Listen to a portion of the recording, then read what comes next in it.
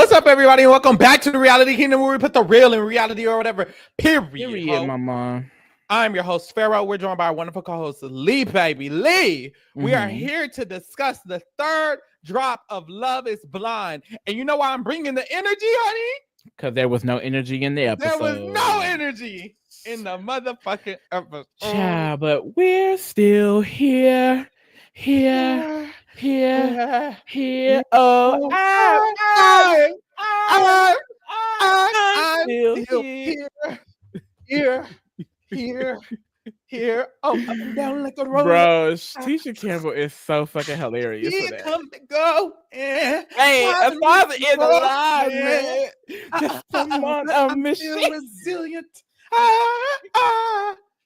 It's a system of survival. Girl, she was not playing. Okay, she said, "This is my time to shine."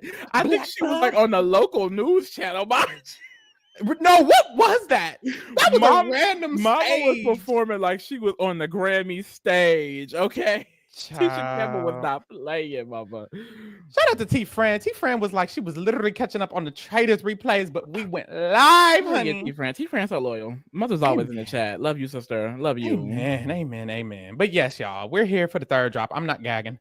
Really, really bad. Certain moments are fun as per, but why just certain moments?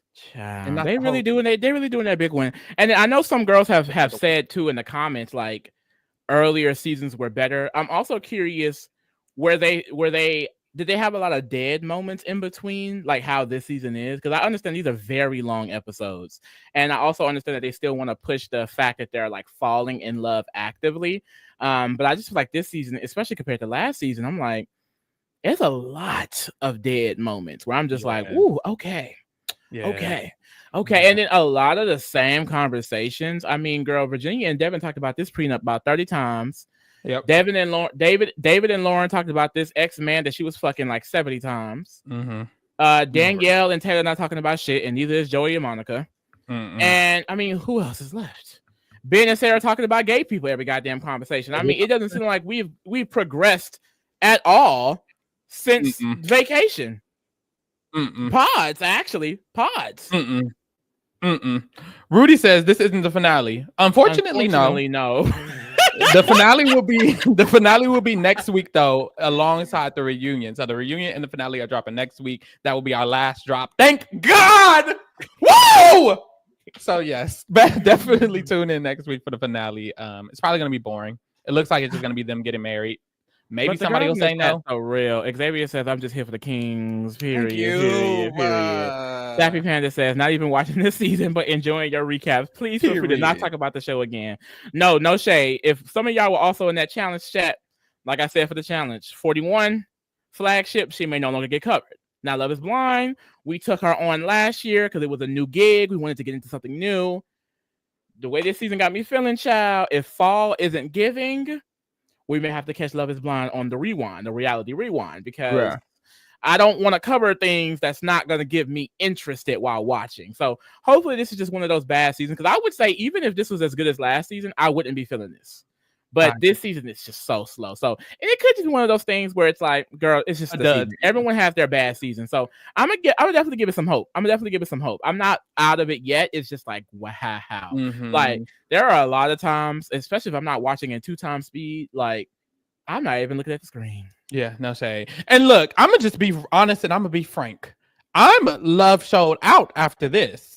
When it comes to that reality rewind, go ahead and vote for any show that's not a love show, because I'm actually over it. No shade. If you voted for a love show, go ahead and type in the message. Actually change my previous vote to a different show, because look, the love shows, this has drained me for the year. Actually, I need 6 months off, please. Thank you guys. So yes. Yo, honestly though, I'm excited for Love Island this summer though, because I feel like, as far as a love show, I was kind of saying this on the phone. Like, when I was younger, I watched Bachelorette, but I kind of fell off of it. And then there's a few other love shows where I feel like they kind of take it a little bit more serious. And I feel like this show, while it has its drama because of like the experiment of it all, it takes it very serious. Like they are going to get married. And I think that is kind of the point that's just not interesting to me. Whereas like something like Love Island, I hear there's a bunch of mess over there. Yeah. That's what I kind of need. I need the mess. I need the mess. Some girls say that the other Netflix shows kind of give that like perfect match and stuff like that. If I'm being honest, I'm not necessarily interested in those shows because it just feels like throwing together cast of people from other Netflix shows. So it's just like, But Love Island, I'm excited to get into that this summer. Yeah. Are You the One used to give the mess too. And I feel like the similarities between Are You the One and Love Island is why it could get messy, because there's the whole choosing. You literally have to choose who you're saying is your match. Like imagine this season, David had to, right in front of Molly Face, choose Lauren, and they're all still living in the island together after that. It's like, ooh. Wait, Kayla Deshay, really though? Unless you voted for Flavor of Love, that don't count. Yeah. Unless you voted for Flavor of Love. Y'all actually need to be voting Flavor of Love. Matter of fact, both of everybody who went and voted for one of them, vote for Flavor of Love. Shit, I don't know. Something. Please. So I'm excited. I definitely want to keep as many shows going just because it's fun. Like I like talking and engaging in more shows, especially with the Kingdom, because we know y'all have different interests. Because not everybody want to watch Big Brother and Survivor. We know. Amen. Because some of the girls don't be in there. I will say the variety, it does like give me like some freedom. Like this show, no matter how much I didn't like this season, these podcasts, we have gotten into many different conversations about gay people, about politics, about race, about and you know what? That alone, personal relationships, that alone may keep me. Because honestly, I kind of feel like that with the Drag Race podcast as well. It's like it's something that's getting us out of all of that strategic talk where we can really just get into natural things. Yep. Which is that's the only reason I enjoy the love shows, because even with Are You the One, I remember hating the season. But if I think about the actual update podcast we had, it was a lot of times a lot of fun moments where we was gagging. I was throwing flags at the plate. Baby, it just gets fun. And I think that is a relaxation that we can have on the podcast from all the serious. Well, it is still serious, but from all the game and strategy and all of that other shit. But yes, y'all, we here. No shade, not a lot happened. Like Lee said, it was a bunch of the same shit. So let's just get into it. Okay, thank you. Starting off with David and Lauren. I just have to say, Lauren, baby, you need to love yourself, mama. You need to love yourself. Because if you don't love yourself, don't love yourself, how in the hell you gonna live for anybody else? Can I get an amen? Amen. Okay. RuPaul eat that up at the end of every episode, girl. I love that saying. Amen. Because it's true. It's so true. Like you cannot find love for yourself through someone else. You need to love to be alone. You need to love to be in your own silence, in your own space, because it is so clear that Lauren really wanted to leave this experiment with her perfect match, and she was going to do anything and stick to anything to make it work. Because let's just be honest, David is an asshole. He's a gaslighter. He's a liar, and he's fucking his sister. That's so many strikes. Okay, and the fact that literally since they've been out of the pods, they have not connected in any way at all.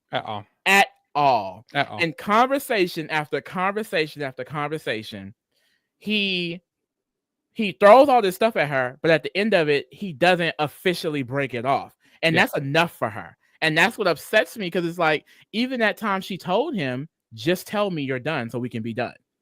He prolonged it, and she still just went along with it. It's very clear to me that he is just trying to get her to break it off because he can't take accountability and he's a little bitch boy. He probably also gets off a little bit on the fact that she is low-key desperate and really wants him. Hiking. So he's keeping it going, but it's just like Lauren, it's sad that he still had to break it off for it to be officially done. Because girl, it's been done. Yeah. So it's just sad. It's sad too, because I don't want it to seem like, because Lauren, it really is a big victim in this situation. Like it's a terrible situation. But it's just like, girl, like it's just sad to see in real time how people kind of feed on others' insecurities, and like how people can be so attached to someone because they feel like they need someone. And I feel like that's just what this is. But David is really just a fucking terrible person. Like, it's bad. It's very bad. Now, warning for, I guess, people who might be a little jarred by my opinion. I'll just let y'all know now. I have zero sympathy for Lauren. So when we go through this information, it will give a zero sympathy response. The first thing this man said to her was, "You're 30 and you're probably ugly," and she continued on from there. That was the first sentence when he walked into the pods. Alone, I have no sympathy, girl. You knew what the fuck this was. You knew this was a supervillain when you went into it, girl, and she laughed that off. Like every terrible thing, he laughed off, and that's why, like, low key, I remember saying it back then. Like Molly got him clocked. Molly was like on key about who he was as a person. Laurel was living in La La Land, and that's what I said. It's like I feel bad for Lauren in the sense that I hope she can like learn from this experience and not end up with someone who's going to be toxic just because she wants to find love. I agree. But at the end of the day, do I feel any sympathy for her in this situation? I mean, not really, because I do feel like the signs were all there and she blatantly ignored them. Yeah, it's bad. So we start this door drop off and they should have been broken up here, but Lauren once again is not willing to do it herself. But David had left the last night. He didn't want her to meet his friends, his fake friends, imaginary friends. Whatever, or his family. He doesn't want to meet anybody, and he doesn't want to talk to her, so he left. And she's alone in the house crying to the cameras because he left. His text messages are green. He's been gone, and you know, I just love him so much. And I'm together with him, and da. I would have crashed out if I thought the messages was green.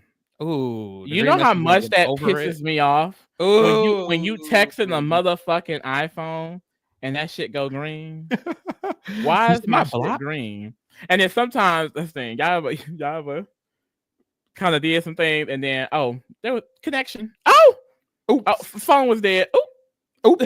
Even then I don't believe it, because I don't know. Because why is it green? Because why is your phone green? Why your connection bad? Now it's green. Your connection good 24 hours of the day. But now it's not. But no, that alone, I would have been done. She should have been done when he left her in the dust. Y'all are finna get married and he just left you. What the fuck? Like, I just like, Laura, leave, please. Choose yourself. You got to choose yourself, Lauren. You got to choose yourself, Lauren. But what's also what's scary, and it's like I just need his brain to be studied by scientists. Like, what is that? What is it? He knows he does not want this girl. Yes. But even in this situation, he comes back and he claims that he likes her and that he wants her and that he still wants to continue this process. No, you don't. Yeah. No, you don't. So why are you saying it? Knowing that this girl really wants you. Like, that's sick a little bit, is it not? It's a little sick and twisted. It's like, I feel like it's a blend of like narcissism and like anxiety or something. Like, I don't know. Because a part of me feels like he genuinely has a fear of taking accountability. Like he does anything to avoid, like he's avoidant of it. But then also I feel like there's this narcissisticness behind it. Like you enjoy or you keep prying on her infatuation with you. Literally. What is that? What is that? It's scary because he don't want that girl. He does not want her. And it's like, I guess he eventually got tired and was like, damn, okay, we're done. Look, yeah. It was getting closer to the date. That's what was happening. Yeah, because Mama was gonna get to that wedding. Lauren, it don't matter what that man did. As long as he didn't say he was leaving, Lauren was gonna be at that motherfucking wedding. Yeah, happy as hell. Yes, I do. At least he didn't get all the way to the altar, because that is just nasty. If I get all the way to the altar thinking we're gonna get married and you say no. That's it. Child. I'm about to give them what they wanted to create this show for, because it's gonna be a mess. The entire fucking Sara down. Oh no! Take it out of my stipend, bitch. There's been moments when people said no, which is at the altar, which is like crazy. No, you did not get me all the way to this altar to say no. Like I'm fucking New York and Flavor of Love season 2. Ooh. Like you're not about to do that. Why did you bring me back then? That's a good question. No, that is crazy. Because why did he bring her back? He thought he was gonna choose her. He thought he was gonna choose her, and then he didn't. Child, that's some crazy ass shit. I'm sorry. Like no, what do you mean? And I'm not giving the ring back. I don't care. I know. Love is blind producer. Wait, you have to rip it from my finger. No, bitch, this is my ring. Matter of fact, this is my dress. I'll use this for my real wedding. When I get married. I'm leaving here with all of my shit. Gag it. Like, see, that would just be crazy. That would just be crazy. We need you on the season, and we need you to get with somebody who's gonna say no to you.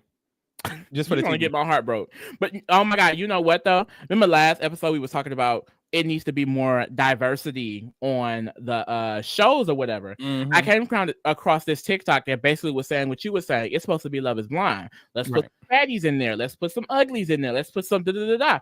And then there was someone in the comments, I forget which version. I didn't say that exactly, but that's what the girl said, the fatties. Oh, the girl in the video said fatties. But, yeah. And I went to the comments and they said, oh, one of the versions, he literally left her because she was fat at the little meeting. Mm-hmm. And y'all may have mentioned this in the chat, but I actually saw the video this time, and that's exactly what happened. He left her, but it made me realize my POV of it, where I was like, I don't want to see a bunch of, big people get rejected on TV because of their weight. You know what I mean? I feel like as a big person myself, I would feel very personally affected by that. It may trigger some things. And I feel like as a bigger person going to this experiment, feeling like love could be blind, I can find love, they're going to be left disappointed as well. So it's just, unfortunately, we don't live in a perfect world where love can be blind like that. Love is not blind. Love is just it's not truly blind. Not blind. It just truly isn't. Not in the world we live in, unfortunately. Yeah, it was very weird. It was very weird because I did see the video. I think you sent me the video or something, but I saw that video. It was such a weird situation, and I felt like really weird and icky and just terrible. And then a part of me was almost like, it's just a false.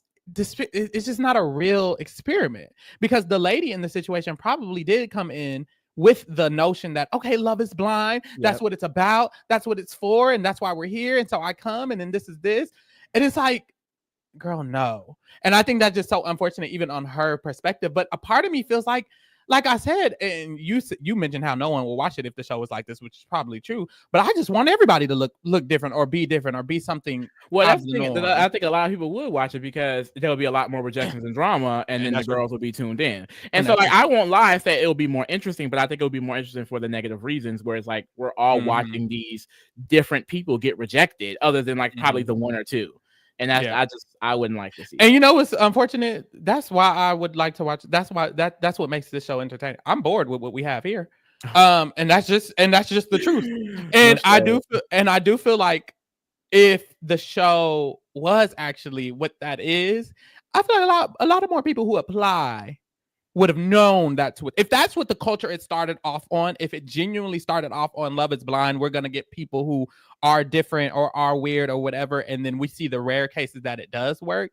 Then from the future on, everyone applying would know that that's what it was, and then it would be kind of their fault. Like, that's what the show is. They just break up the experiments each time. So we have one for the big people, Love is Fat. Period. Look, the big people, Love is Fat. Oh, the one for all the blacks, Love is Black. Oh my god. Oh my god. Like, we need to start because it's too many. It's too many. Oh my god. But yeah, I don't know. I don't like Love is White personally. So that's just the issue. No, that would be Love is Minnesota. Love is Minnesota. Love is Blind is what it would be. It would just be this. But yeah, I don't love this. I'd rather watch people get their hearts hurt. And see, that's beautiful. That same Love is Blind Brazil season had a disabled / plus size woman end up in a good relationship. That's what I fear that happen. I fear that it could happen. I think it can happen once every season. I just fear that there will be more rejection than exception. Yeah, it also all depends on how you cast the people. I don't think the problem is none of these reality show people cast with depth. They cast based off looks. Especially in 2024, looks and social media following. Exactly. If you cast a cast that actually does not care about these things, and you do the research to make sure that's true, then it could work. But these casts don't cast like that, really. Exactly. I mean, these shows don't cast like that. So I think that's another big problem. Yeah, I just like to believe, like, the whole pro I have with the whole situation is no shade. If you do have something that sets you apart from the norm, you should be more likely to accept someone who's set apart from the norm, because the man that lady was getting with, what I believe was like a conventionally attractive man, and then she was this plus size woman. I would like to believe, kind of like in this situation they mentioned, that if there was a disabled person, he would be more accepting of her because he's had to endure things that he wasn't accepting. Or if he was like a, no shade, ugly, or if he was short, or if he was, just something different, that he would be more likely to accept it. But also leave you spilling, because even those people everyone has their biases and their standards that kind of conform to societal standards. That's that's not true, because I see hella ass fat men that be dragging the fuck out of plus size women, and it's like, but then also they be getting with, no shade, uglies. So it's like, I mean, in a way, love is blind because you're with an ugly bitch. But like it sounds terrible, but no, it's true. Like a lot of the times, it's like, you're not with the hottest person in the bunch. You gotta conform a little bit as well. But anyway, so yeah, David ends up coming back to the room, and he explains to her like, oh yeah, I went to a bar and my phone died and my car was left at the thing, so that's why the messages was green. My bad, I still love you. And she was like, oh, okay. My bad, I still love you. That was literally it. She was like, oh, well, you know what? I want you to meet my mom, and this girl ignores every single thing that happened. It just all went out the window. Like, he literally walked out on you 10 days before the wedding, and he did not spend the night with you. He didn't want to be around you, and he came back, and instead of you saying, well, we can't get married, obviously, you said you should meet my mom.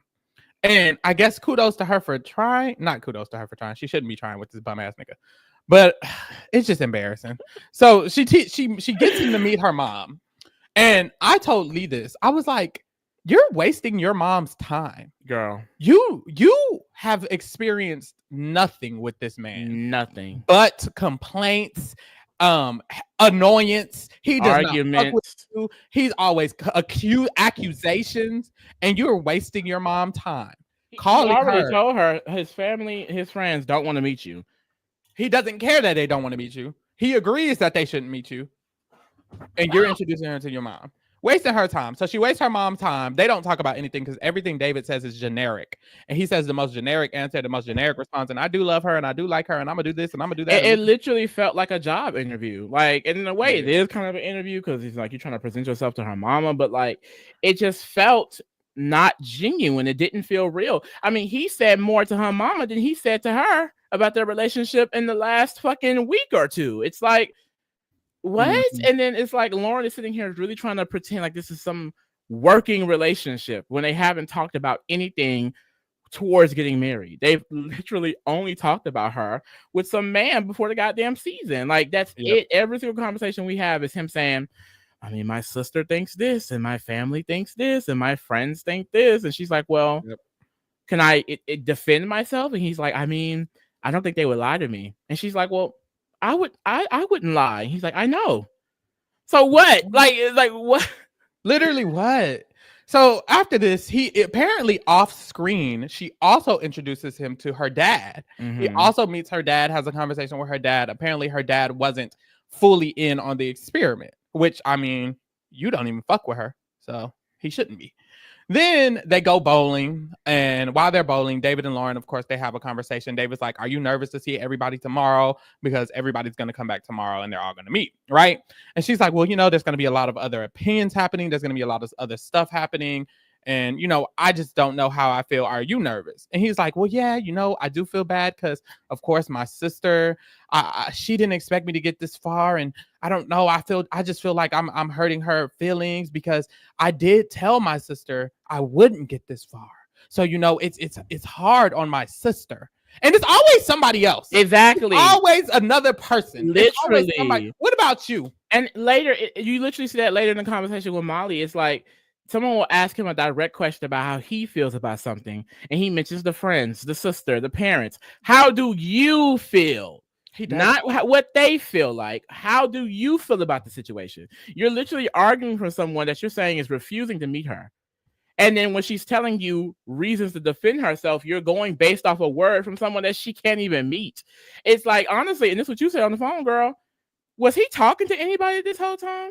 This was all a lie. Does he even have a sister? He wasn't talking to his sister. He wasn't talking to a friend. He wasn't talking to his dad. I don't think anyone even knew he was doing this. This whole time he told them, I'm finna go on vacation, and I'm taking a break from work, and I'll be back.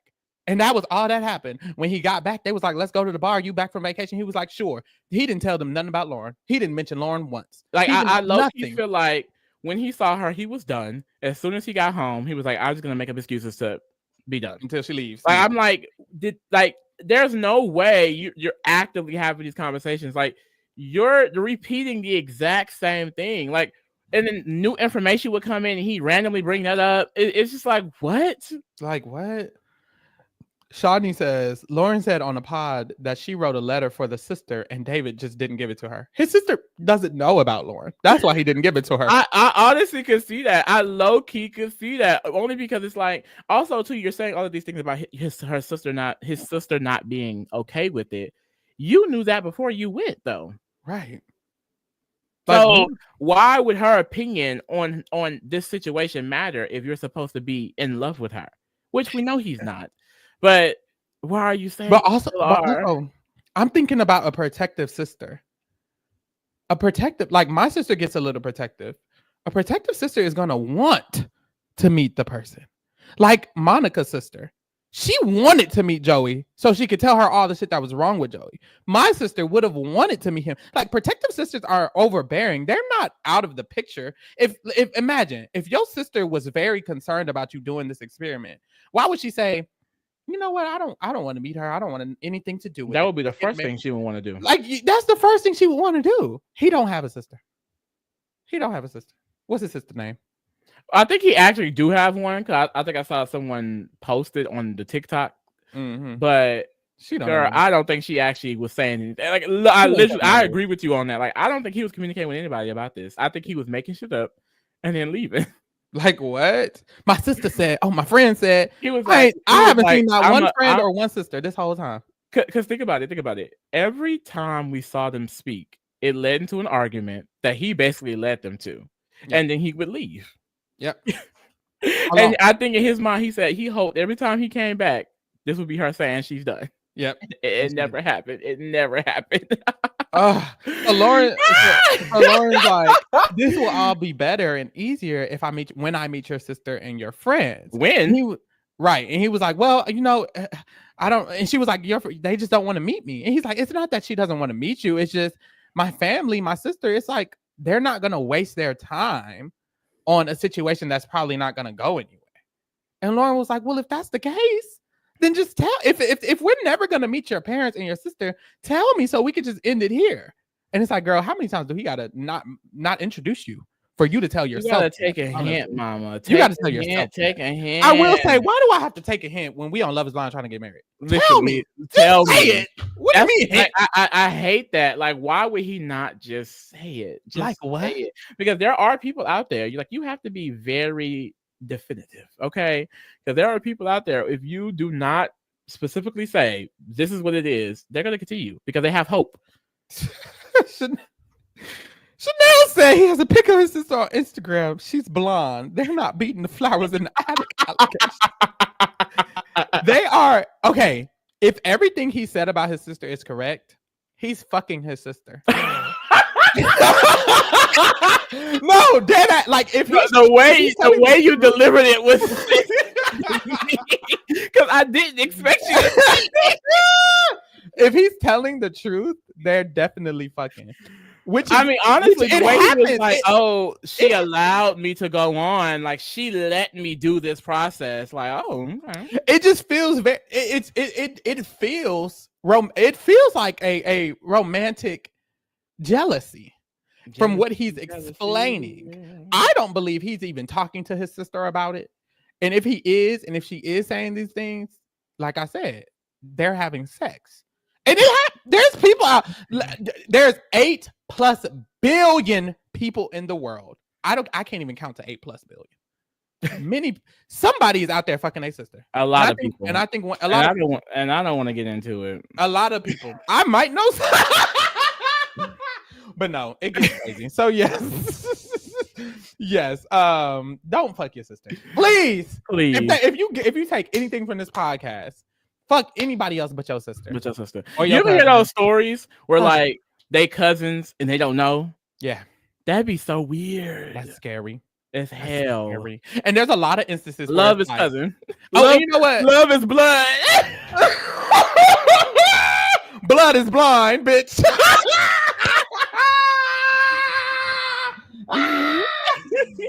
But there's a lot of situations, trigger warning, because there's a lot of situations where people are young and people be dabbling, and it just get crazy. It's getting crazy. So let's just move past this conversation. But yeah, him and his sister fucking, of course.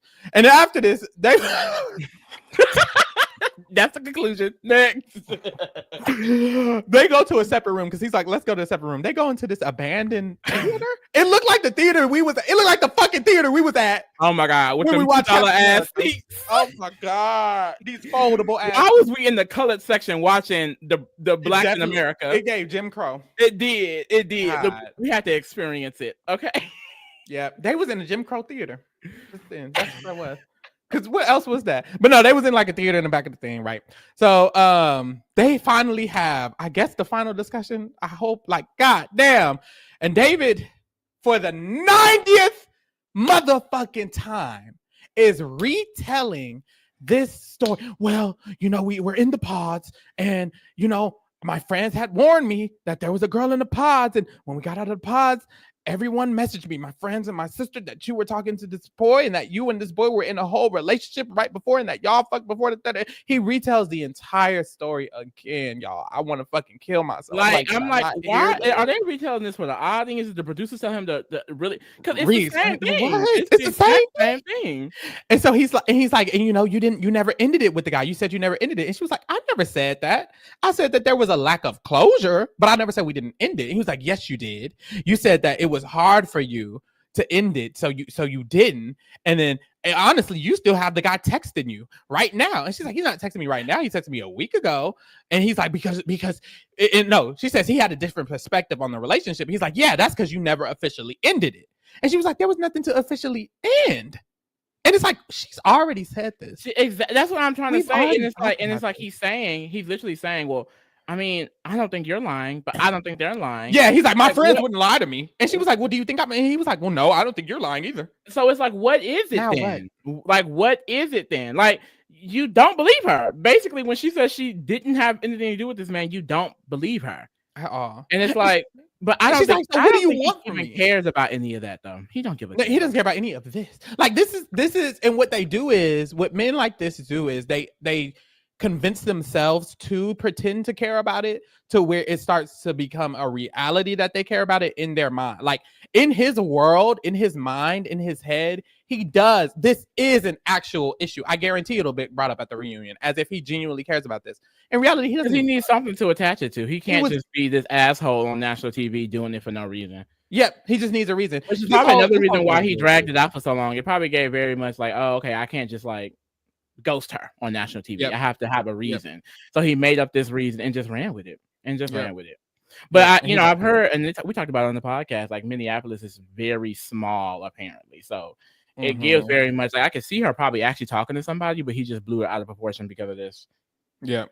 But yeah, she's like, look, I'm getting frustrated because on Sunday you said that you were okay with the whole situation, and now you're bringing it back up again and again and again. So clearly you're not really ready for a relationship. You're not ready to be a teammate, because and this is like, oh my God.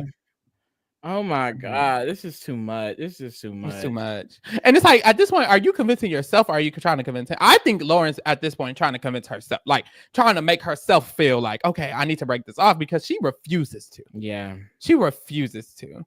But here he go. He's like, you know, you calling me a bad teammate and saying I'm not ready for this. That's crazy.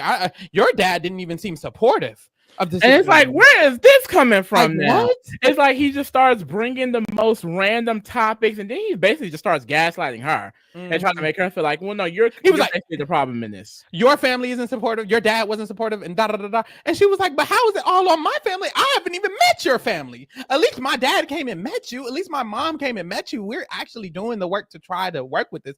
I haven't even met your people.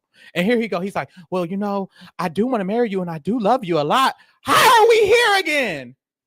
How are we back at that? What the fuck? And she's like, honestly, I don't know if I believe that you love me, because if you were telling your family the truth, how much you love me and how much you care about me and all of this, they would want to meet me. It doesn't make sense that your family doesn't want to meet me if you're talking, because what she's saying is, if he was on the phone with his sister and his sister was like, I don't fuck with her, and he was like, but I love her, I'm marrying her, his sister would meet her. Yeah. His protective sister He's would making beat it her. seem like he has no decision or option or ability to do anything. Yeah. Oh, it's not because up to they're me. saying this, I have to abide by it as if he's fucking 12. You know Like what I your mean? And toddler. it's like that's not what's My happening. mom said, but my sister said. Literally. And then he goes into like, I am defending you. I am. They're just like, and it's like, No, you're not. You can't. Anybody standing on business with their family, their mom and their dad, and they're just saying, well, I'm doing this anyways. If the family was truly overprotective, how he's claiming, they would need to meet Lauren. But that's the thing. Even then, let's play devil's advocate, say they don't want to meet him. Boom. If you actually wanted to be with her, it wouldn't matter. It wouldn't matter. It wouldn't matter. You don't actually want to be with her. I do love you. Then marry me. Well, my mom said. Shut the fuck up, stupid bitch. Anyway, so he keeps trying to throw this dad it always has to be something wrong with her, like she said. So he's trying to make it to now that it's her dad didn't support and her dad didn't do this and da da da da da. But eventually he gets to look. You know, we started off good and I feel like we started off so strong, but I just feel like it all ended up falling down. It all fell. So I don't know. And I guess that's his way of ending it. Yeah, barely. And it's like even then, it's like it's just like. It like he's not definitive. It's like he has to like lead into, well, I just feel like this is I tried to happen, and yep. And it's like, no, this is what you want to happen. Like it's like he makes it seem like he can't make any decisions on his own, literally. Yep. Because the truth of the matter is, if he genuinely cared about her talking to someone, because I'm not even gonna lie. If that was his reason, I wouldn't call that invalid. I don't give a fuck. If you are the type of person where you don't want to marry someone who was talking to someone right before the experiment, all power to you. Yeah. However, I don't think if that was your actual reason, you would have been broke up with her. Yeah. Because and that's the thing. Molly asked him, so is that later on? We'll get there in a minute. Molly's like, so was the problem that she was talking to someone? He was like, no, that wasn't even a problem to me. Then what the fuck is the problem? He don't have one. He don't have one. And that's the issue. He should have just made that the problem and pretended that generally was what it was and broke up with her immediately because he knew about this the entire time. So what was the point? He just wanted more screen time. Personally. I mean, no, he didn't. He was off the screen. He was off the screen. He kept leaving her. What did he want? Like, God damn. He wanted her to cut it off. That's basically it. Why were you here, sir? Now that I don't know. Why were you here? Anyway, the next day, everybody meets up. The past people, the current couples, they all meet up at this. Nah, I'm not gonna lie. You know, as the episodes went along, I was able to tell people apart because I started seeing them more. Oh my God, girl, all them people started filling that damn bar. I said, child, I don't know who is who. Who is talking to who? Madison walked in with this ugly ass pink hair. You don't like it? I did not like that. That did not look good. It wasn't my favorite. I'm sorry, I was not living for the pink hair, mama. I'm excited to see Brittany again. That was fun, girl. Maggie is with Mason. Yeah, we got some Desperado. We got some. That was some fun. That was some fun happenings. A little bit of the fun happenings with this whole meeting because Megan Mason were talking. This was the situation where Madison was talking to Mason, and Madison broke it off with him, and Meg was like, "I don't feel comfortable continuing with you because you might just like me because you broke it off with Madison." Which is true. Apparently, and she basically retracted all of that because right after, apparently, she hit him up. He hit her up. He was looking for her allegedly. She found him and messaged him, and then ever since then they've been talking. So Meg is a bird, no shade. I mean, my thing is, if you're gonna say something, stand on it. Like if it was true then, it's true now. Clearly, he was gonna leave there with something, regardless of who it was, and you just happened to be there. I feel like honestly, went on with the experiment. I would have liked to see him not care about her the whole time. Honestly. That would have been fun, entertaining. But that's the thing. It probably would have been one of these situations where how all of these couples going to be. They're not actually creating any depth with each other, so they're just going to end up married. Yeah, true.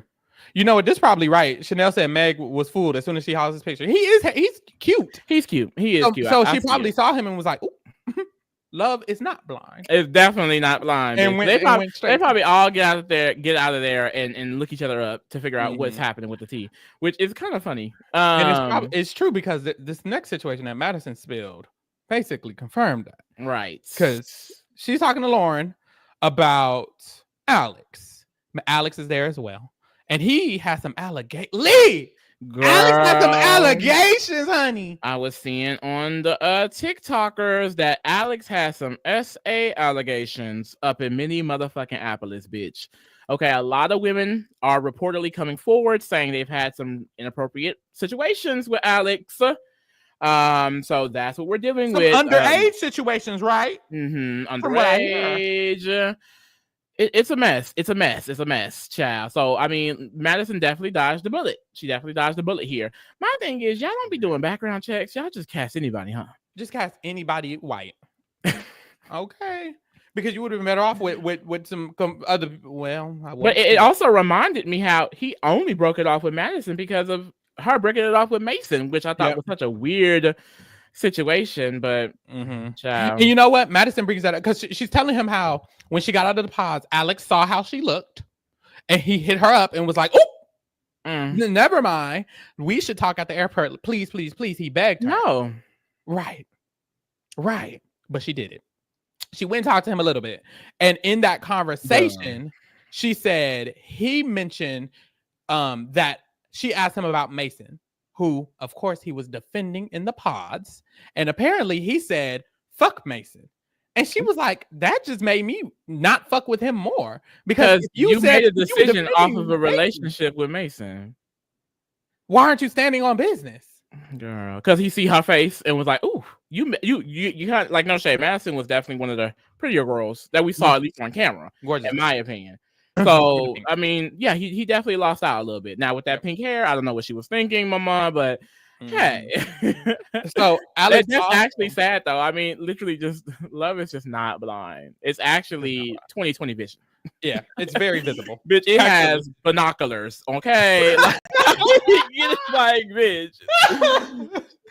So Alex also lets her know that Meg hit him up allegedly. She says she doesn't know if she believes that because Alex is a liar. But also, Meg is with Mason. So she was clearly hitting somebody up. So maybe she also hit up Alex. I think Meg did hit up Alex. No shade. She just seemed like she would hit up anybody. No shade. Oh my God. So there's that as well. So that was all the drama with the girls who didn't make it past that segment. Back to David and Lauren. Now, Molly and Lauren meet up. They have a quick conversation. And Molly doesn't know that Lauren and David are broken up because it just happened yesterday. So she comes in and she pulls Lauren to the side and she's like, look, I don't want to be crazy or like I'm trying to be messy or none of that. But, the other day, David was at the bar.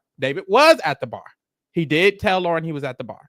And she says she didn't speak with him, but she heard that David there was this girl that was all over David at the bar. Lauren was like, girl, me and David actually are broken up.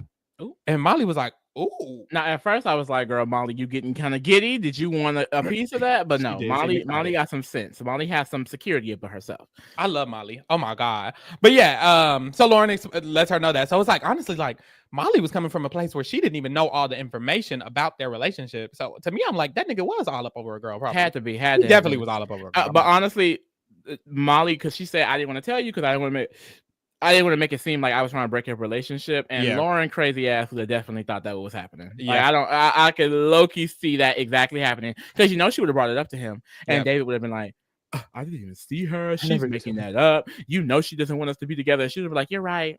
You're right. Yep. And he would have went and talked to her, Molly. But Molly and David talk. This was a crazy conversation. I was not expecting this. I'm not gonna lie. Me neither. Because, like I said, I thought she was trying to push up on him a little bit, but Mama got him. She does not fuck with him. I do not think she fucks with him. Honestly, she read him like a book, Mama. Honestly, speaking of love being very visible, if I would have saw David, I'd be like, oh, say nothing. Fuck? That's the thing. Like, if you're gonna be a toxic weirdo, you got at least be fine. And I have not met a fine toxic weirdo. Yeah, a lot of times they don't look that good. Yeah, mid or ugly. Like David, you ain't nothing. Yet he still got all these bad bitches crying over him. Like, how does he have Lauren crying over him? What is the power of that? Maybe he has Riz. Is that what the kids say? The power of narcissism is what it is. Maybe I guess as a narcissist, you have extreme confidence in yourself. So maybe that's what they sense, the confidence. if I start walking around confident, could I get a lot of hoes? Like I feel like I want some like confidence is that definitely. I think everyone says that. No matter what you look like, if you're confident, you can attract people. Shit. Anyway.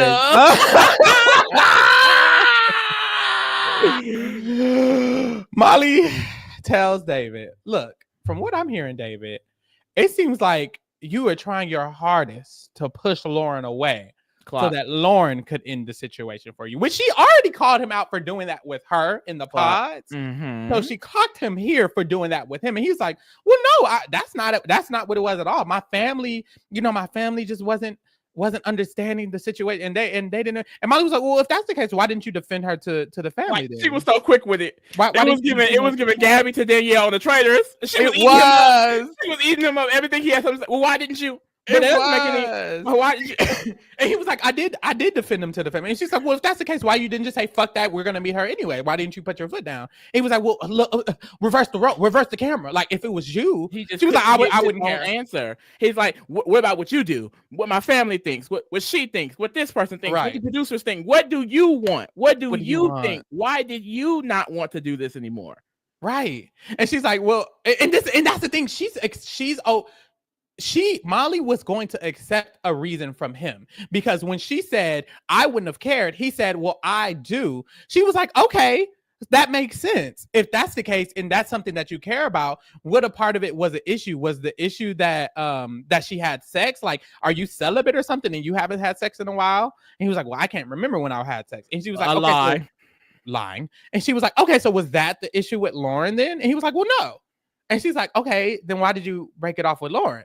He's like, well, my sister.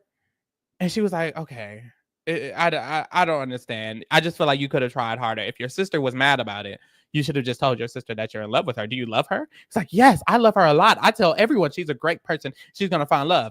And Molly was like, well, I don't believe that you tried, because if you loved her and you tried, your family would want to meet her. That's just that on that. I don't understand. She was putting it on the motherfucking floor. Like, she said, I don't believe shit you're saying. I don't believe. I wish he would have chose her, because if he tried any of that shit, she would have let him have it. She would have let him have it. Ooh, it would have been nasty. But she says, look, I'll always back Lauren. She's my number one. And she walked away. Period. Diva. Shout out to Molly Down. Lastly, we get one last conversation with David and Lauren. He's gaslighting her again, pretending he loves her again, saying he likes her so much. Oh, I was thinking about you all last night. Ooh, I wanted to text you so bad. Ooh, I wanted to. Why?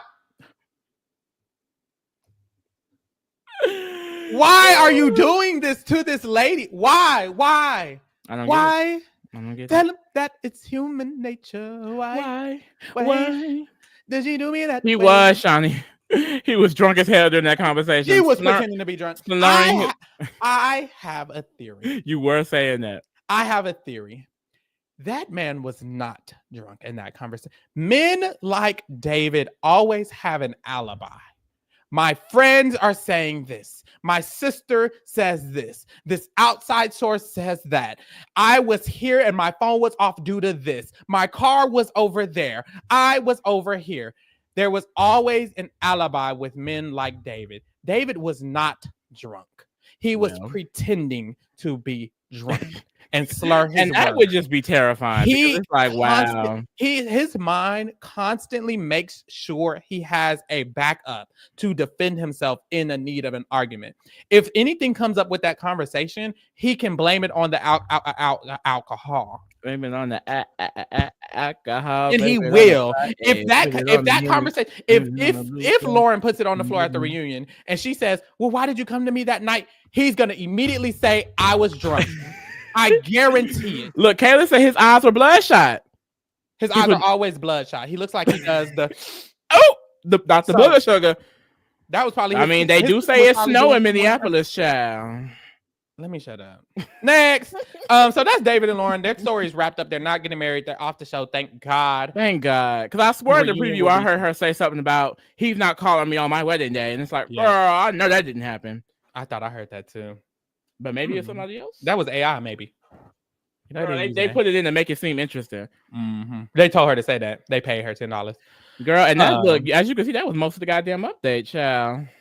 I was hoping you were going to Devin and Virginia next because, girl, ain't nobody else. We're about to be at Devin and Virginia because I have one note for Daniel and Taylor. Daniel and Taylor make Christmas cards. Y'all. That is all they did. Why is their entire relationship bonded over fucking Christmas? We're in the middle of spring. No. Oh, whenever this was filmed. Maybe it was filmed around Christmas time. I don't fucking know. It's always snow. Because they went snow sledding in February. Oh, it could be wintry. Maybe it's near Christmas. Maybe it was February. It was February. They mentioned it. They said in February. Yes, on the last drop. So why are they having Christmas themed wedding? It's just I'm sorry. Mind you, they're the only pair doing that. I feel like that's the only thing they can talk about is Christmas. They had a dinner at an ice rink, so it could be in a Christmas. I don't know if that's the reason, but it's cold. It's cold and icy. They went ice sledding in the cold and ice. They have this Christmas thing gift. Like, card. is it just gonna be Christmas 24/7? What is this, Nightmare Before Christmas, bitch? Like, what is it? You just walk into their house. It starts snowing, bitch. It got fucking trees and stockings and gingerbread man. Like, god damn, girl. I know their house is gonna be lit for Christmas, girl. They gonna have the lights. It's gonna be giving Whoville. Okay, Martha May Whovier. Okay.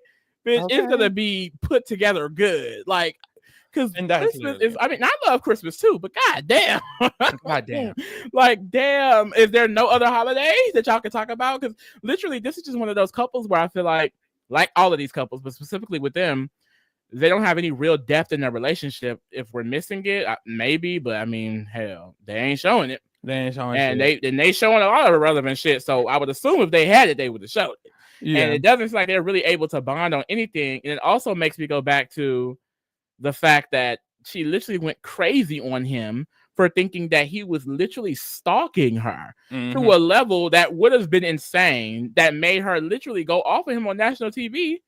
And it's like, I truly feel like that is an inkling to her personality. And she's going to be a lot. I think she's going to, no shade. I think she's very much one to think something and then react crazily, clearly, and then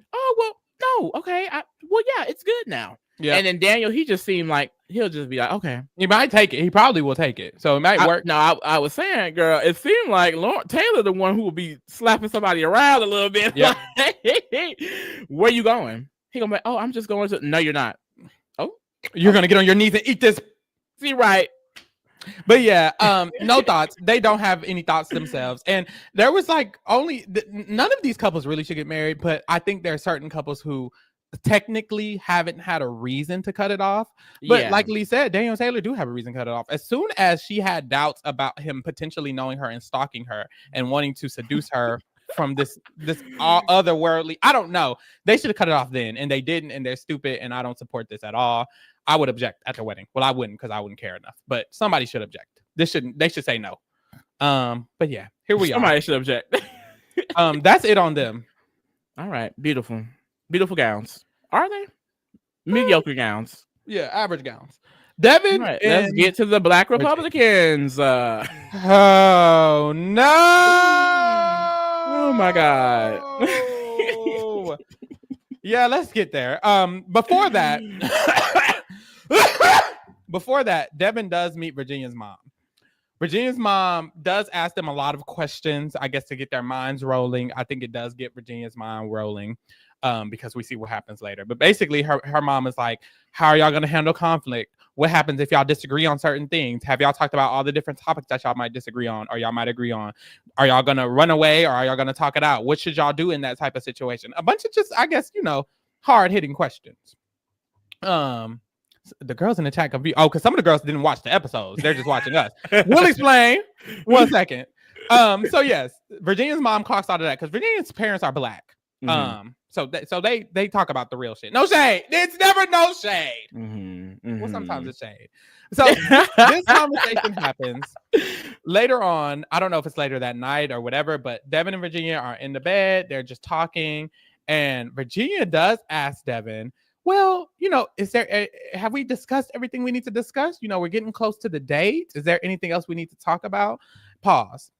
I do have issues with Virginia because you haven't put anything really on the floor. No, you haven't put pressure on anything. You haven't asked anything. You haven't vetted. Because all Virginia is worried about is that motherfucking prenup. So when she becomes a multi-millionaire, his broke ass can't take any of her money to pay for his debt and his goddamn shoes. Real. That's all she is worried about. And once again, this is a relationship that I feel like has no real depth. We saw the pods. He had so much chemistry with Brittany. They couldn't get past the bisexual thing. Okay, they broke it off. Whatever. He had no real relationship with Virginia. He wanted to leave there with something because he's already said outside of the pods, he's wanted to be married for a very long time. And like you said, she's not putting any real pressure on anything. So I just feel like they don't have a real connection. I do not feel a connection. I do not think they're really compatible. I think they look cute together. I agree. And they're going to have a really gorgeous, clear baby. But other than that, I don't really see anything else.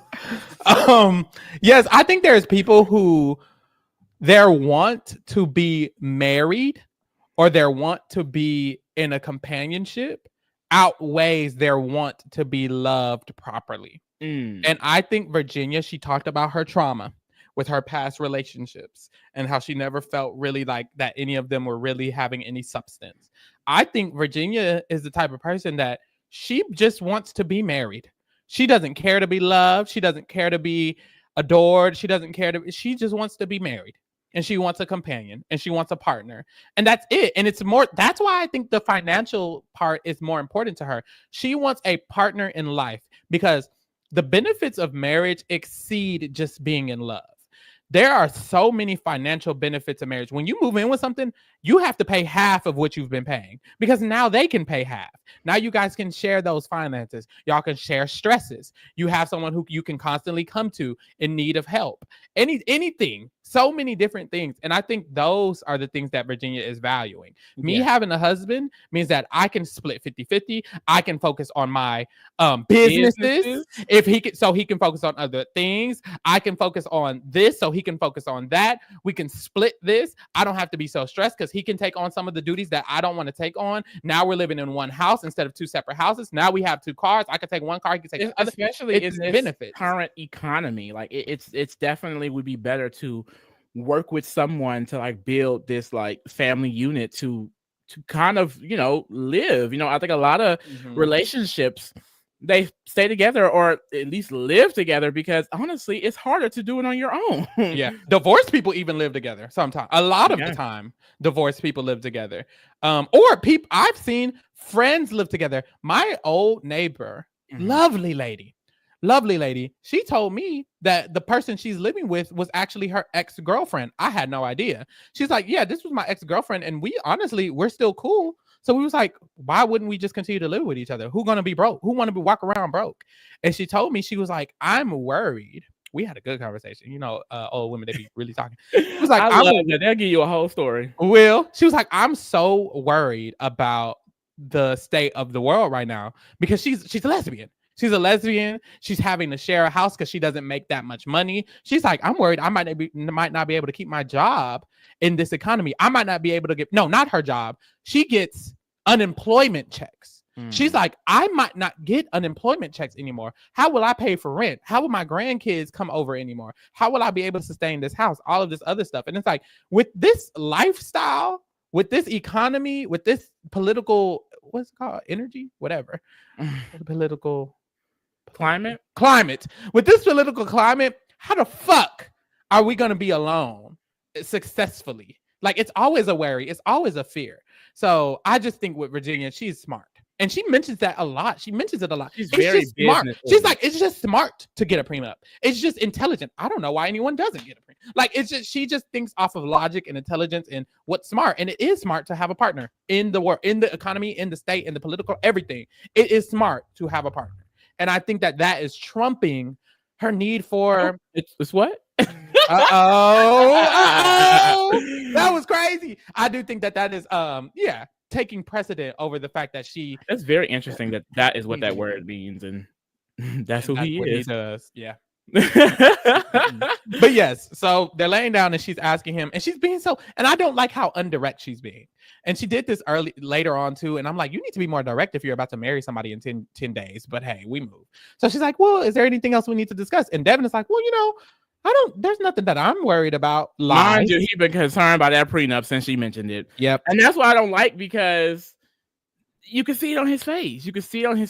And then when they start talking about politics, you can see it on Virginia's face. Yeah. Yet they kind of just still move forward from it. So it's like, y'all have issues. Y'all just ignoring them because you want to be in love and you want a business partner. Yep. A business partner. That's exactly what she wants. That's exactly what Virginia wants. I'm convinced.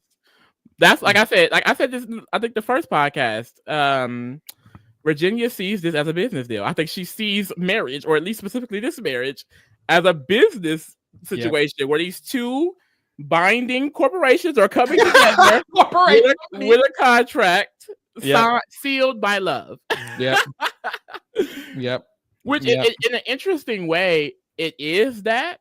It is. So I appreciate her coming from that point of view, because she asks the important questions. I do enjoy that. Yeah. It's just, I do think there has to be a sense of love, and I just don't sense that. I don't sense that from her side. I think she feels, and I've met people like this, I think she just feels she's capable of learning to love anybody. And I think a lot of, honestly, Black women, I don't know about the other races, no shade, but I've heard and I've experienced a lot of Black women who I feel like they're capable of loving anybody, or being in a situation where it's like, I'm not getting everything I need, but I'm able to learn to love them and learn to be in this situation and just accept this for what it is. It's times where they don't love the person, they don't even love the same gender. And they're like, well, fuck it, I'll stay in this relationship, or I'll stay with this person, or I'll do whatever. It's often that occurs. And I feel like Virginia is kind of entering it in that kind of mindset of like, I'll learn to love him eventually. And I think she probably can. You probably can. He seems sweet. He seems nice. He seems fine. But it's just, that's not ideal, right? I hope it's not. It's definitely not. I don't know. And I just feel like that's kind of what it seems like to me. Like, she's like, I'll learn to love him. And I do believe that. I wouldn't be surprised if Virginia and Devin are still married. Because like Virginia said, it's a contract. It's a business deal. And I do think she'll learn to love him. And I think Devin will force his love upon her in a lot of ways. Not force, but, apply his love upon her. So we'll see them. But yes, she asked, so, maybe there are stuff we could talk about, because my mom got me thinking, and I don't know, like, you force yourself to ask me something. What would make you mad? What would make you sad? What would make you leave? I don't know. Mind you, why are you asking this now? This whole political thing should have been the prenup thing as well. I think, did she mention this in the prenup in the pods? It was she mentioned it last drop. Okay, it's like these should have been introduced in the pods, but we even said in the pods they had no real relationship. So makes sense that it wasn't. He says he feels like we agree on everything. How do you know that? I don't know, because y'all don't agree on the very next topic y'all talk about, which is crazy. Like, it's crazy. Like, you don't know. And so Virginia's like, well, what about politics? So, and this is another thing. She knew they didn't agree on politics, didn't she? I mean, when she went in that house and saw the family situation, she should have known. Yeah, I think it was in the back of her mind. I think it might be in the back of her mind. And then when her mom started prying those questions, she was like, oh, you know what? I should ask about that, shouldn't I? Just in case. And then so she asked, and this is when she asked, and he's like, well, I don't feel like I like go either way with it. I don't think I'm on either side. Every dumb nigga alive says that. Every dumb, and most times they're still voting conservative because their family is telling them to. Right. This is we're going to get deeper into it because I have thoughts. But Virginia was like, well, I usually vote Democratic personally. And I do think it's very important to vote because there's a lot of very important topics. And Devin was like, well, do you feel like it aligns with your faith? That made me feel like he was conservative. 100%. She says, yeah. And I love her answer because she says, yes, actually, I feel like it's different views that conservative people have about Christianity than how I have about Christianity. I do feel like as a Christian, my faith is aligning with the thoughts of the Democrats of freedom of people having, rights, literally. And then, of course, conservatives think that Christianity is telling them to vote that way, which is interesting. But I do feel like it aligns with my faith.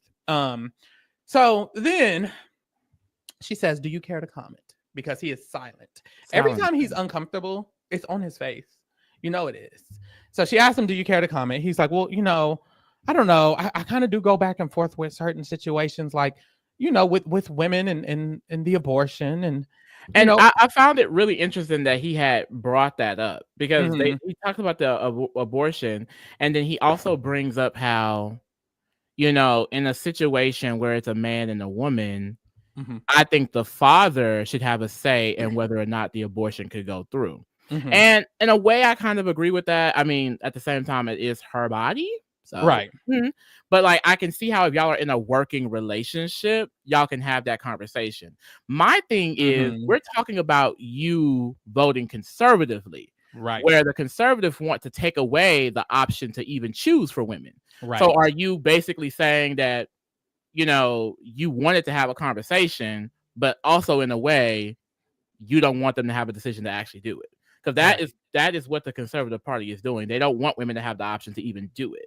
So to Exactly. even say you would like for it to be a conversation, but then vote the party to make it to where no conversation can even be had, I don't understand. I don't understand. And I truly don't think he understands either. Because once again, he responded to her saying he's not on either side. Remember that. Every time he's spoken, it has came from the point of view of one side, from my opinion, because he mentioned this, he mentioned faith. Both of those things are aligning a little bit with conservativeness. Then she asked, which I feel like is an important question, which I feel like another couple should be asking, what about your family? How do they usually vote? And he says, usually they vote conservative. So now I'm like, so your whole family usually votes conservative. You asked her two questions that line with conservative values. However, you're claiming you're not on either side. And I think the issue with this whole situation, and I see it a lot with a lot of different people who claim they're not on either side, is that I don't think he understands it. I don't think he fully understands the concept of the political spectrums and the political ideas. Because he also said, he made the comment, I think it depends on who's running, the person running. And Virginia was like, well, that doesn't usually matter much because the person running will align with the party's core values. And I don't think he understands that. And I don't think a lot of people who just vote because their family votes one way or who just votes or who isn't on either side, I don't think they understand the fact that the parties have core beliefs that they are going to ensure when they're in office. So therefore, the person running does not really matter, frankly. And all of the, well, I want the man to have a discuss. Those things don't matter because the Conservative Party doesn't give a fuck. They just don't want the woman to choose. You know what I'm saying? So it's like, it's not all of these nuances and middle ground and I don't know and this and throw that all away because that's not what matters in politics. In politics, there are core values that Democrats believe. There are core values that conservatives believe. And you have to align with the one that you feel like you align with the best. And if you don't feel like you align with the Democratic Party the best, y'all shouldn't be together. Because Virginia does. And that is so many core values. I think the issue is, and it's like, I feel like there's nothing wrong with being like like a general Republican. I think just the current state of a Republican, especially specific Trump supporter ones, it's coming from a place of just period hatred. Yes. It's coming from a place of ignorance. It's coming from a place of nastiness. Like these people are making up reasons as to why they can vote for this man while ignoring all of the horrible things that he's saying. If you feel like you want to vote for him for economic reasons when he never really laid out a detailed economic plan, you're basically stating that you care more about monetary value that you believe is going to come from him being president, which, I mean, that's not. But you care more about that than actual people. Like Cara Maria from the MTV The Challenge. She got called out because she was using the term LGB instead of including the transgender community, which is what the Republicans are trying to push right now. And she's like, oh, I had a conversation. I accept the transgender community. I love them. I would never discriminate against anyone in the community because I'm part of the community. And it's like, but for a fact that Trump has said several times that he is going to strip away rights for transgender individuals. So you knew before voting him that's what he wanted to do. So how can you come after and say that you care about these people? No, you do not care about these people. Yeah. Like it's like they pretend as if he's not saying all of these negative things while they would sit there and say, well, I'm not homophobic, I'm not transphobic, I'm not this, I'm not that. Yet you see all the things that they're pushing. Like, you can't have it both ways. And that's what's insane to me, because you're literally just ignoring it. You're pretending like it's not happening for the sake of a good economy when he has no economic plan, or foreign policy when he was just arguing with the president of Ukraine in the goddamn Oval Office on national TV. So the only thing he has done was attack wokeism, which doesn't actually do anything, because transgender people are still alive, non-binary people still exist, Black people are still getting jobs in high places. So it's like, to just ignore the complete inhumanity that a lot of people on that side of things is pushing for the sake of these things that you believe you're going to benefit from is insane to me. And honestly, I am disappointed that Virginia didn't stop talking to his ass after this conversation. Hopefully, I mean, he seems dumb enough to just, if she tell him to vote Democrat, he's just gonna do it, because he probably don't know what the fuck is going on. And I think that's what pisses me off too, is that when people don't know what's happening, they don't do any research. They don't actually figure out which party is arguing what. They're just sitting there, and then they're like, "Oh, both sides are bad. Both sides are evil. Oh, they will sit you dead in your face and say that Kamala had no real plan to run this country, and then say Trump laid out so many detailed plans when he literally said out loud, we have concept of a plan when talking about the economy. They will ignore all of that. And it's like, that is what's crazy to me, because it's like, it's not that you're misinformed. You're just refused to actually pay attention to what's actually happening in the world. And that's so many people are now confused because it's affecting them. And it's like, were you not listening to him? They weren't. That's what it is. And that's what upsets me, because you can't just say, oh, I'm not really into it, my family votes conservative, because your family voting conservative in this day and age means you're voting against the rights of several people in this country. Several groups. And that's, I can't respect billions of people at this point. Because there are Republicans who don't support them, but even there are Republicans who don't support them, and some will change the other way. But there are a lot of Republicans who see this as a team sport. And no matter what the fucking candidate is saying, they're going to vote them. And it's like, you shouldn't look at politics like that. You shouldn't just base it off of one being for a party. You should base it off who is doing the best for this country. And that's not where we're at right now. And it's actually just sad. It's so sad. Yeah, I do genuinely think that, for lack of better words, they're just ignorant. Like Devin, not even lack of better words. That's a great word. They're ignorant. I think Devin, Cara Maria, people like that, I think they're genuinely ignorant of the situation that's actually happening. They're just so detached from the world. And I don't feel like they have a lot of empathy for people who they don't know within their immediate life. There's a lot of people in the world who live in a bubble, or who just live within their reach. And I feel like that's something that American culture has specifically kind of fostered, or whatever. They've created this idea of, it's just the people around you. Like, they've done a good job at separating humans from each other, honestly. And I feel like a lot of people, they feel like their family unit and their immediate friends, and that's all they really see. So Devin's walking around with a bunch of people who are conservative around him. His whole family's conservative. Everyone's around him's conservative. So he's just conservative. And it has nothing to do with the actual policies that are being said. It has nothing to do with his actual beliefs. All of the things he mentioned to Virginia are probably things that his mom or his dad or his brother or sister has said. When he mentioned, oh, well, I do think the man should have he probably heard that or read that or saw that. It's not something coming from genuinely inside of his own heart, because if it was, he wouldn't be confused about which side he's on. If he genuinely felt what he says he feels, or what he claims, or how he's voted, or whatever it is, he wouldn't have any confusion. It wouldn't be like no one is confused about what side they're on. The sides are too polarizing to be confused. Once you hear the facts laid out, I feel like it should be obvious if you care about actual human beings. If you don't care about human beings, and you just want to make money, and you just care about that, then fine, just say that. Okay, you don't think about people. The people who don't know, they don't. Like Trump, Vance, the extreme Republicans, they know they don't give a fuck about that shit. So they're not confused. The only people who are confused are the people who are misinformed or ignorant or have refused to be informed. Like Ben, honestly, as well, from this season, like Devin, all these people who are, oh, well, I'm just on either, I don't know. You haven't tried. You don't care. You don't care about anyone in your immediate and world. That's scary. And that's so scary. Like, they're not paying attention. They don't want to make their own decision, especially because this is literally the same city what happened with George Floyd. And you see how the Republican Party demonizes this man who was murdered for no reason at all. Yep. But yet he probably believes the fucking propaganda they push about why he deserves to die. Yep. You know what I mean? And it's honestly, it's just sick and it's sad. And it's crazy that people even make the argument that politics don't fucking matter.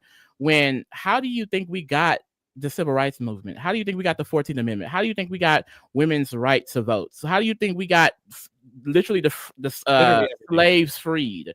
How, like, every single right that we've gotten in this country, especially as a minority, was because of politics and people voting and the right people being put into place.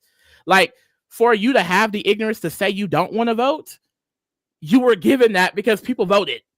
Literally. Like, so it's just sad. It's just sad, but it is what it is. And I just hate seeing people of color like Devin. Like, if he was able to give an articulate reason why he was on that side, I'd be okay with it. But it's like, to say you don't really get involved, yet you clearly still vote conservative, is just sad. Yeah, instantly. And honestly, I think the issue with Virginia in this situation is I don't feel like she stood on business at all. Like, you asked him, he said, well, shit, me and my family, we vote conservative, but I don't know what side I'm on. And you said, okay. And he asked her, he's like, would that be a problem? She was like, I don't think that'll be a problem. We just have to discuss because some of the issues and da-da-da-da-da. Girl, stand on business. Why is white girl Sara standing on more business than you, queen? Like, you should be on business with this shit. It should not be a if and but question. None of that. But I do believe also that Virginia knows, because Virginia's a smart woman. She probably heard Devin and was like, I can make him vote Democrat and move forward. He doesn't know.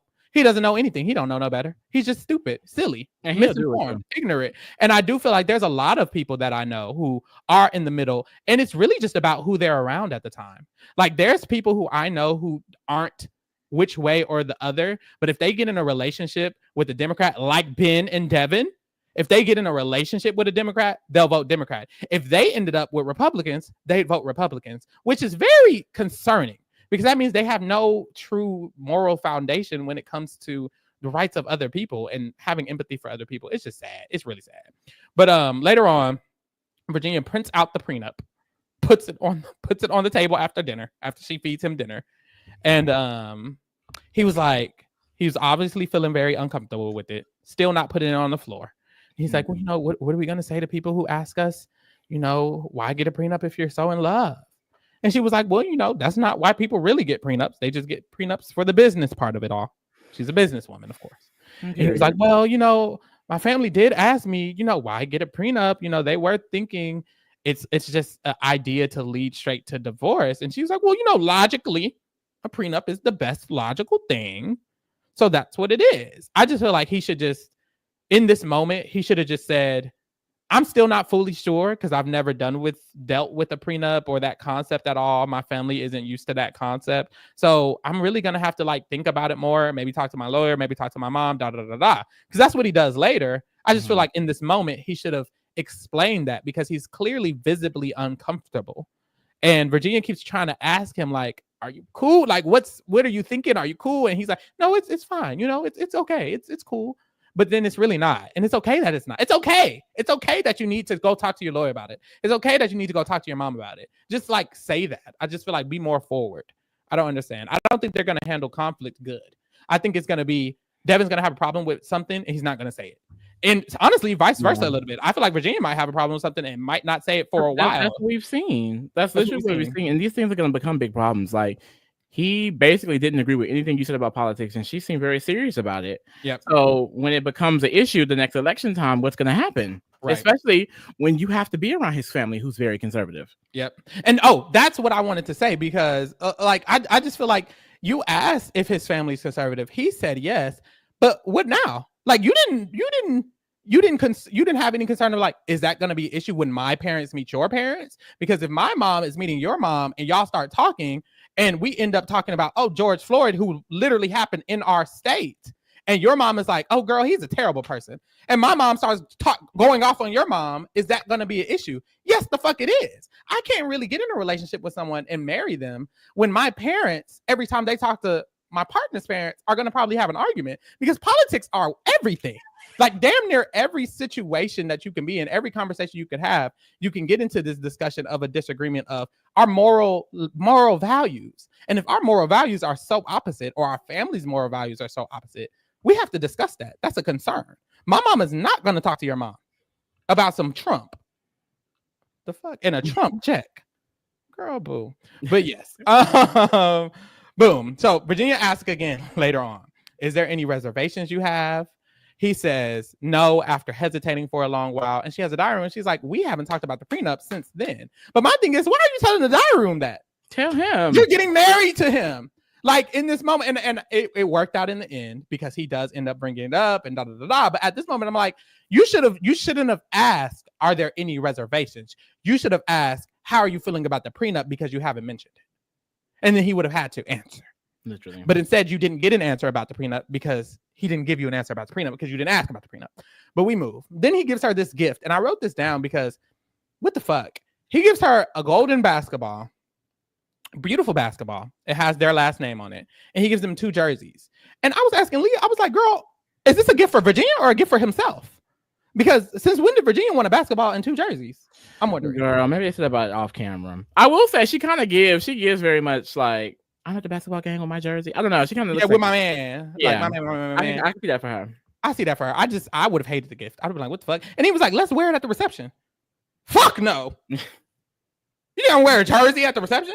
It's so annoying because you LeBron? Like, they really finna get married, aren't they? And they shouldn't be. Yeah, they're gonna get married.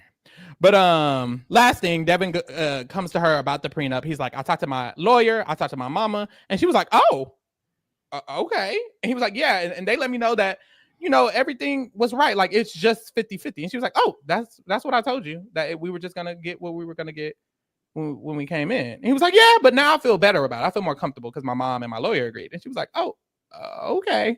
She's like, I wasn't trying to get over on you. He was like, no, it wasn't that. And it's like, it kind of did give that. Because essentially we saw the uncomfortability. We saw the uncomfortability on your face every time she brought it up. Yep. So you had to go behind her back, essentially, talk to your mama, talk to a lawyer to make sure it wasn't no bullshit, because you obviously don't know what the fuck a prenup is, which right. I don't blame him. I don't know either. And this is a contract of sorts. So I understand if you don't know what it is to, you know, get more information on it before you sign it. But you didn't tell her that you were going to do this. Right. So it seems like, oh, you definitely went behind my back to fact check what I was doing, even though I already told you this is exactly what it is. So, and like I said, I don't blame him for wanting to fact check. It's just he could have been open about the fact that he was going to fact check, because clearly you had a problem, yet you kept making it seem like you didn't have a problem. Yeah, and this drop just told me that they shouldn't be together. They should have broke up after this drop. This drop should be ending with them agreeing to not get married, because y'all have different political views. He's very ignorant about it, and Virginia is very confident about it. And then he doesn't agree with the prenup, and he doesn't trust her. It's kind of like with Daniel and Taylor. There's an inkling of distrust, and we're getting married. Like Taylor does not trust Daniel. She accused him of all of this, and she's getting married. Devin, it's lesser, but he didn't trust Virginia with this prenup situation, and he shouldn't. He don't know this girl, but that's the problem. Why are you getting married? You had to go to your mom and your lawyer without telling Virginia to fact check a prenup she gave you, and you're getting married to her. Crazy. It just doesn't sound right. I will say I can see this 2T friend. I don't think she gonna. I can see if anybody's saying no at the reception, it could be her. Virginia. I kind of see that too. I'm not gonna lie. But I also would feel like, Virginia girl, why would you get that deep into it, mama? You know you didn't want him. Yeah. So we'll see. But I think they just gonna end up together. We'll see. Next we have Joey and Monica. They didn't do shit either, did they? I mean, was it really? No. I mean, we saw that they met with Nicole's sister again, and Nicole basically apologized for being jealous. She said Joey's actually a good person. He seems genuine now, and that was it. Yeah, I know there was one point she mentioned how she's scared that he may say no, but we haven't had any indication that he's not feeling her. I mean, if either one of them say no, that's going to be the biggest gag of the century, because it would. It would be a blind side. And the thing is, I'm convinced the Love Is Blind producers also know that they don't have content, because why? Like last season, even the couples that broke up, we got like a good chunk of them. Yep. They rarely show Joey and Monica. They rarely show Daniel and Taylor. Yep. Ed and Sara, they get scenes, but it's like, Devin and Virginia scenes are also kind of far in between too. So it's just like, or like if they do show each couple, it'll be a very small moment of nothing, and then just flips to the next one of a very small moment, and then so it's just don't have no content. Like they know they don't have no content. Yep. Joey and Monica season has an extra episode than last season. Like I don't get it. I don't know what we do. This should have been the finale. Truly, we didn't. It was we could have fit this all in the finale, but Joey and Monica are the only couple who haven't had a technical situation that I feel like should have caused them to break it off. Every other couple we talked about, of course, I feel like they've had something, a moment or a discovery or an idea that should have indicated them to stop trying to get married. I will say Joey and Monica, that hasn't happened, but it mostly hasn't happened because they don't talk about shit. They just have fun together, which, I mean, hey, that's y'all marriage, but we move. That's it. Next. Ben and Sara. Now they do have some stuff because Sara want to talk about the same shit over and over again. Hey, goddamn. So we do give a conversation, and Ben, of course, is talking about this last situation with the ex and how the ex went on TikTok, and a bunch of other girls went on TikTok talking about him and how he's a bad person and da. And he's like, look, it happened a long time ago. I just don't need you feeling some concern or worry. I'm dedicated to you. I got your back. He's just reassuring her. And she's like, honestly, I'm glad you said that because I was worried. I was feeling some type of way because, you know, that girl's feelings are valid. But you're right. It was literally 4 years ago. It's not like it happened soon, right before we got in the pods. So I need to get over it. And Ben was like, yes, you do. So they agree to that. Then we see Ben meets Sara. I think it's Sarah's sister and her sister's wife is who they meet. Yes. So they love this conversation. I love her sister's wife. They were on code. Okay. They were putting it on the floor. They were putting it on the floor because they have the conversation about how it's important to have your views on the right motherfucking side. Okay. And really, it was the brown haired lady. Her sister's wife. Her sister's wife was putting it on. She was giving homegirl mama from last season. What was her name? Marissa Mama. She was Marissa Mama very much. She said, "Let's get this shit broken down really quickly, okay?" Because she's like, "Go." I was gonna say, I will say this has been brought up every single scene. Oh my god! And it's like I'm also concerned because it's like, girl, have y'all bonded on anything other than consistently asking him if he fucked with the gays, girl? Because he gives the same answer every fucking time. He fucks with the gays. He says he fucks with the gays. And I appreciate the friend or the sister-in-law, because she's like, look, y'all talk. I understand y'all talked about it, but have y'all really talked about it? Because the things that women experience in the world are different than the things that men experience in the world. So no matter what he's saying to you about how he feels and how he appreciates, he has a privilege in this world that will allow him to still vote differently if he so chooses. So y'all really need to talk. Specifically talked about politics. So exactly. Did it not get talked about at all, or was it talked about and you ignored it, mama? Because you're talking about some conservative fiscally. Right. What that mean, mama? Because they've concluded that they both agree that both of them are conservative, like financially, but liberal emotionally, is what they said. No, they said they're liberal. I don't know what they said socially. I just know they said conservative. Socially. More morally. Did they say morally? Socially. They didn't say morally. They said socially liberal, financially conservative is what they said. What the fuck does that mean, chat? I'm assuming that you care about, because the Democratic Party is supposed to be like a party of the people, so they care about, you know, the lower class, the poor, you know, minorities, and the Conservative Party is all about making money. Now, do the Conservative Party, you know, stand by that? Really? I mean, I don't know, but that means you hate poor people. Basically. The thing is, I don't understand why the Republican Party is associated with the economic party that could be conservative. It's like, you know what I mean? Like the Democratic Party also has plans for taxes and in the economy and stuff like that. It's not giving billionaires tax cuts. You know what I mean? Like it's more equal for each party. But if you don't want it to be equal for each party, then I guess, you know. Because to be frank, are Ben and Sara rich? Probably. But when would it ever matter to vote? Why does that matter? Why does financially over humanity? Because I don't know.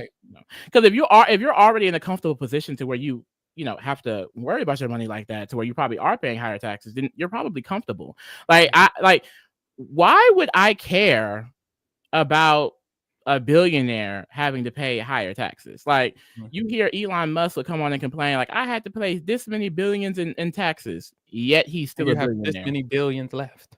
Like, you didn't pay $1 billion in taxes and all of a sudden didn't become a billionaire. You're still a billionaire after paying those billions of dollars. So yeah, that's why you pay $1 billion. You only or like people in the higher class when they have higher taxes. It's like you're still in this very like you're not losing out on anything. Actually, they literally make sure you pay in taxes a percentage of what you earn. So you can only pay high taxes if you earn so much money. You're rich. So you're paying a lot of taxes. It's like, why would I? It's equity. About that. It's equity. And rich people don't like equity because they don't understand what equity is. And it's not equality. They're like, why don't everyone pay the exact same $10 of taxes? And it's because you make $10 billion. That's not beneficial to the economy. Actually, the best thing for the economy and the economic structure of the entire United States is for us to divide it with equity. Because you make more, you put more back into the community. The people who make less put back their percentage into the community. Everybody's still paying taxes, honey. I pay taxes. The fuck? But we move. But we move. So they claim that, and her friends are like, Sara, do you really believe that? Are you really financial? And she's like, yeah, I think I am, yeah. And they're like, okay, girl. So he leaves. And when he leaves, they're like, look, it's just hard for us to buy into the situation. I'm sorry, we just haven't experienced it. And Sarah's like, well, I don't want y'all to buy into it. Like, I'm not trying to convince y'all to buy into it. And they're like, we know, it's difficult for us to really understand from our perspective how this is really real. No shade. And that's true. And that's just real. And I'm glad when people be real with their relatives, friends, whatever, be real with them. This shit don't make no sense. So I'm glad when they say it don't make no sense, because it don't. And I think that's what's unfortunate, because I feel like there was a period of time. Well, in general, it always affects like community and stuff like that. But like I said, in this day and age, to say that you're conservative and you vote that way, it's saying that you are against a lot of communities and a lot of people having equal rights as you, essentially. And that's scary, because I don't think that was like always the big thing. Like, I remember like when and correct me if I'm wrong, I was a kid, I will say, but like when Obama was against like McCain, or like when Obama was against that Mitt Romney, it was a lot of like economics conversations. And I feel like the conversations aren't about that. The conversations are now about wokeness, you know? Like, it seemed like it was actual political things. And even though behind that there was probably some nastiness and some racism and stuff like that, that wasn't at the forefront. Now it's blatantly obvious what the agenda is. If you choose to vote that way, then I'm going to assume you're also a terrible person. Well, I can't assume anything else. You are. And I'm also going to assume you hate me. I don't care how much you claim you don't. You clearly do. And that's just that on that. No shade. So yeah, I wonder what they mean by that. I guess we'll see. Well, maybe we won't. But after this, Ben takes Sara to church, because Ben wants to go to church every weekend. And so he will. So that's what he's trying to, I guess, ingratiate her. She basically was like, look, I'm going to have to see what kind of church you're taking me to, because if they're not about equality, I'm not fucking with the church. The issue is, and here's the thing, I think she's getting caught up on the religion. And I will say, religion, I understand why she would do that, because religion has made a lot of people in the queer community feel like God does not love them, and that they have no place in religion, in the kingdom of heaven, to be loved by God, basically. And it leads a lot of people to stray away from religion. So I understand her apprehension, because he is religious, but a real Christian, or whatever he chooses to be, someone who actually believes in God and the word of God and his teachings, they're not going to be divisive or nasty, or divisive, but dividing people and outcasting people. So I think as long as she can accept that he's a good person, then you will also see that the religion would not matter.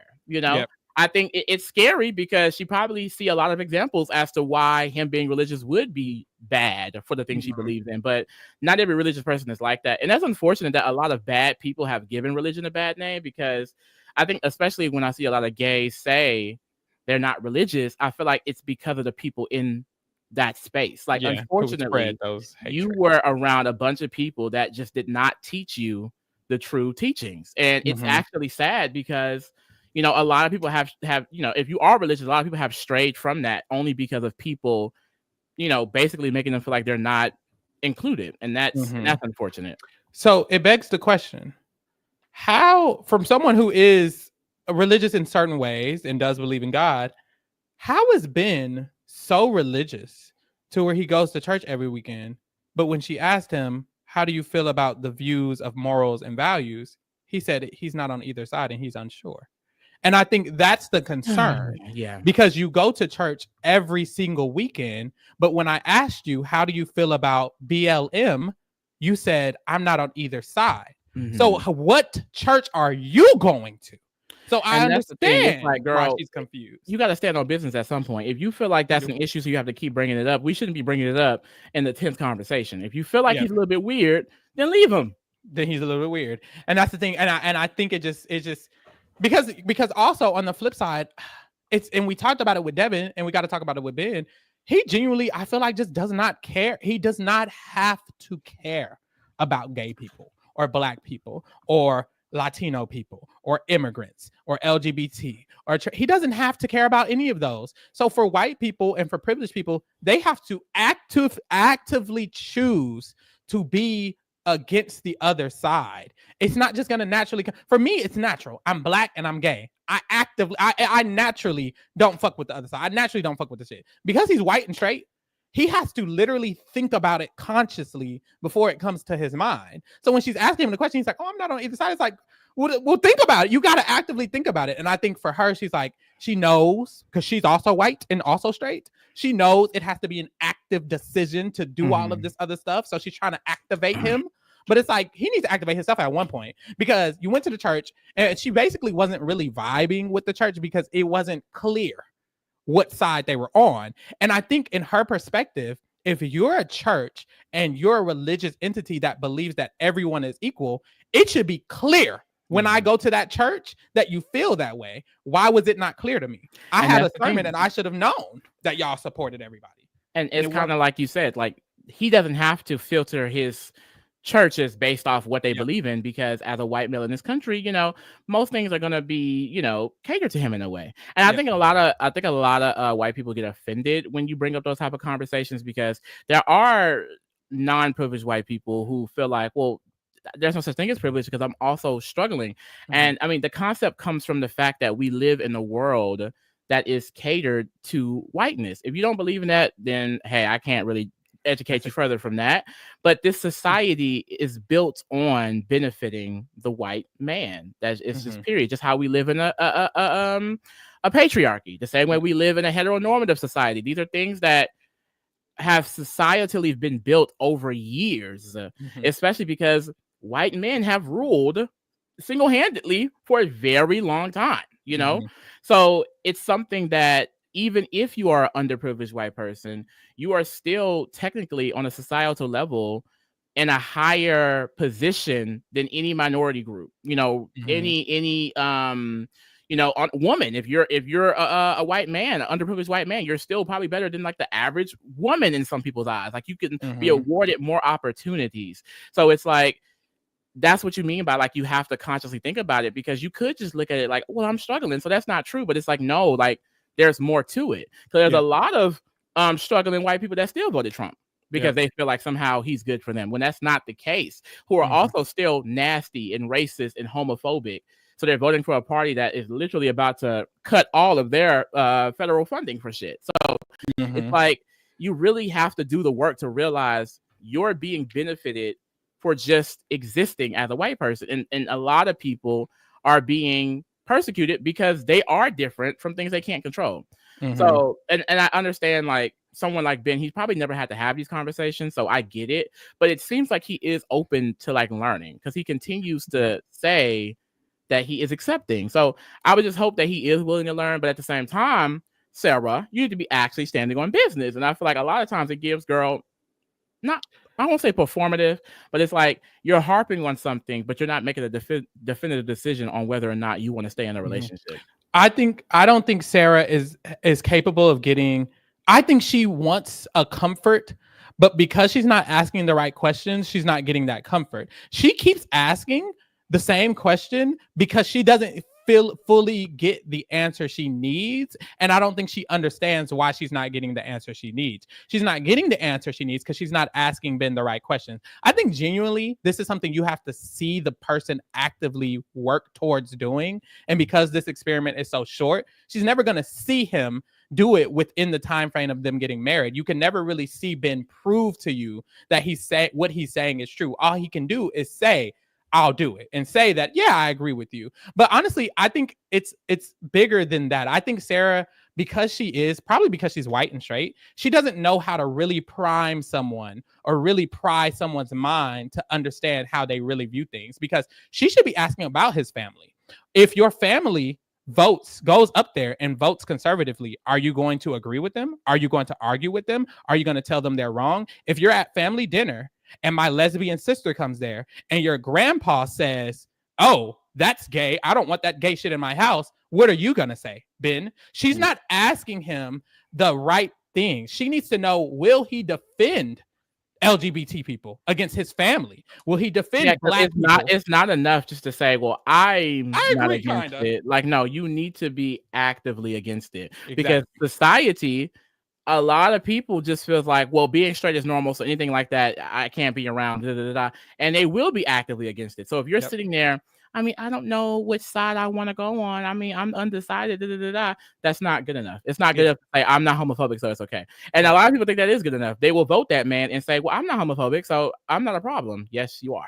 You are. Yes, you are. And it's not okay. And a lot of people are just in and I honestly feel like a part of the reason he's not fully comfortable, same with Devin. The reason they're not comfortable firmly being on the liberal or Democratic side is because their entire family isn't. So even if they do kind of agree with Sara and kind of agree with Virginia and probably agree with them, it's hard for them to accept that, because when they go home to their family Thanksgiving dinners, the entire conversation is probably about how Black people are N-words. So it's like you claim you feel this way, but your entire circle, your whole family, everyone you know in life doesn't agree. So it's hard for you to stand firmly on the other side. And that's a problem. That's still an issue. Sara should have been asking about his family this whole time. She hasn't asked about his family once. I don't even think they've met each other's family. Yeah. Have they even met? Like, he met his sister. He met her sister. Yeah, and they got all the way to the goddamn wedding day. And like, that's when the family showed up. And it's like, oh, okay, well, yep. We're going to have the parents meet? Like, do the parents know what the person each other look like? Like, what? And T-Fran said this very well. Ben will go to Pride because she asks him to go. But would he say anything to people that said something wrong? He would not. Yeah. And that's the issue. So I just don't think she has a full grasp on how to handle this type of situation. She wants to be an ally and she wants to be someone who is on the right side, but I don't think she knows how to handle being in a relationship with someone who isn't there yet, because she doesn't know exactly what to ask. She doesn't know exactly what to say. She doesn't know exactly how to prime him for it. And that's still an issue, and that's still a disconnect. So it's just real hard. But after this, they do go to their wedding day. We see them first. They're the only ones we see this episode. They both gonna say yes, I think. I don't think you do. Yeah, I don't think we're gonna really have a problem. The wedding part, it's sad because it goes back to, this is a show for them to be falling in love, and I don't be giving a fuck about none of the. I don't give a damn about none of the love shit, girl. Go ahead and get married, mama. This your day. Yeah, I was. Oh, they also had a bachelorette party. They had a bachelorette party at a mall. Yeah, the Mall of America. I've heard of the Mall of America before, but I just thought it was like a huge mall. Apparently, they have like hella rides in there. I also did not know it was in Minneapolis. When I've heard of it, I was like, oh, it's probably like somewhere, LA, larger city. Yeah, but I mean, I've heard of Minneapolis, so I guess that is big enough. Maybe it's a large city. I wouldn't know. Well, yeah. I feel like usually if it's a larger city or the capital, you'll know it. Like, you've heard of Minneapolis. I've heard of Minneapolis. Now, I will say, did I conceptualize that Minneapolis is in Minnesota? No. I knew that as well. I feel like if I thought about it, I would have known that. But like this season, like when they mentioned Minnesota, I said, oh. Yes. Yeah. But yeah, the bachelorette party, and they all dressed up as old people. I'm like, I just wouldn't want my bachelorette party to be with these random girls I met a month ago. Mm-hmm. And I think that's the one negative thing about the experiment. It's like the ring is through the producers. You know, you have the production pan for the dress. That's kind of tea if they doing that. But the bachelor party, we going to this goddamn Mall of America. Like, maybe I want to go to motherfucking Greece or something. I don't know. Maybe I don't know. Like last year, they had the women in a fucking warehouse painting each other nails. Like, yep. And I'm also like, do the girls get to decide to do this, or do you just tell them to do this and they go do that? Right? Did they choose this? And then the men, they go to this fucking stadium. I'm like, what if one of the men? I mean, all of the men seemed decently okay with it, but I was like, what if one of these men were a man who like prefers video games or prefers something else, and y'all got them at a football stadium, and that's it. They be like men like sports, and girls, mind you, basically like anything because they throwing them in the goddamn warehouse and the mall. Now the thing is, it's Mall of America, so it's a little bit more grand. That's but better. Like, damn, I don't know. Like, I've seen 2 seasons so far, and the women party, the bachelorette party, ain't sitting on nothing. Like, what the fuck? They are really playing them. They are. I preferred the women's one this time because what I'm gonna do with it? I mean, I would never want to go to a sports thing, but I feel like for the men, most of them, it looked like they were actually enjoying that. That's very true. The women, it's like they kind of had to make themselves enjoy it. They had to dress up themselves. They had to force themselves. Would your first idea be to go to Mall of America for your bachelorette party? Probably. I don't think mine would be. Probably not. So that was unfortunate. But they get to the wedding. Her dress is gorgeous. I love her dress. Really pretty dress. But you know what I noticed? Did she ever put a necklace on? She didn't put. So certain outfits. I don't know if this is coming from Drag Race or Rut. Certain situations, certain dresses specifically that you wear, you should have some neck wear. Her full chest and neck was just bare and empty. And she had the dress, and the dress was gorgeous. But I was like, you need to put on a necklace. Where is the necklace? A necklace would have ate for that outfit. I was like, you look great, but why is your chest just empty? Queen, you needed some jewelry. And she had a little wrist, what the fuck is it? Wrist bracelet on. She had a ring on, 2 rings on. I'm like, okay, that's cute, but you need a necklace. And I'm looking at this photo right now. She need a necklace in this photo too. Mm-hmm. Where's your necklace at? Why you got your whole fucking chest? It was like too much empty space. Like it really could have been filled up with that. With the necklace. One cute, beautiful, simple necklace. I wanted to snatch her mama necklace off and put it on her. God damn, you finna get married with no necklace on? Fuck. Now, I was thinking this, Kayla, because Kayla says Mall of America is not a fun place for most people here. Oh my God. But they booked it for a private event so they wouldn't have to deal with the crowds. When I Googled it, I was like, no, they do not got them in this public ass mall. It looked empty. Bachelorette party. But I Googled it, like, them rides look big as fuck. Like, how big is this fucking mall? Uh-oh. Because I was looking at the rides, I'm like, these look like Six Flags rides. Like, they were big. Maybe it was just a picture. But I'm like, it looked like, because I was like, at first, are these kiddie rides? Like, this is for younger people? But no, it looked like they can seat adults. So I'm like, for a ride to be a roller coaster in a mall that can seat adults, it has to be huge. It has to be. Because I've only seen rides outside. Like, when we go to the state fair or anything like that, like, that should be outside. But that was it. And did they build the mall specifically for the rides, or was it a mall? It had to be big enough. Rides in it. It had to be big enough to build it for the rides, I feel. I've heard of malls with water. There's a mall with a water park in it, I've heard. But it's a whole Ferris wheel in that bitch too? Damn. And that's just is it expensive? I feel like if I had kids, girl, we going to Mall of America every weekend. Oh no, we not. It's probably hella lines and shit. Because girl, Six Flags, girl, you be waiting in line all goddamn day. You better get a fast pass. Get that fast pass, mama. That's everybody? Thank God. Do you want it to be more? No, I'm happy, but like I thought it was more. Thank God, we're done. I was hearing rides instead of rides. I'm just country. Oh my God. That's it, y'all. We'll be back for the finale next week. We'll be the finale and the reunion. Hopefully some drama or something. I don't know, but we'll get into that next week. Also, we are going to be covering literally everything. So get into our Survivor Australia recap, our Survivor US recap, our Survivor Rewind we will be doing. Get into the challenge recaps that we'll be doing. Amazing Races started next week, so we'll still be doing that. The Traders is still going on, so we'll still be doing that. And then, of course, the finale and shit for Love is Blind. So get into all 10 shows that we are covering. Look.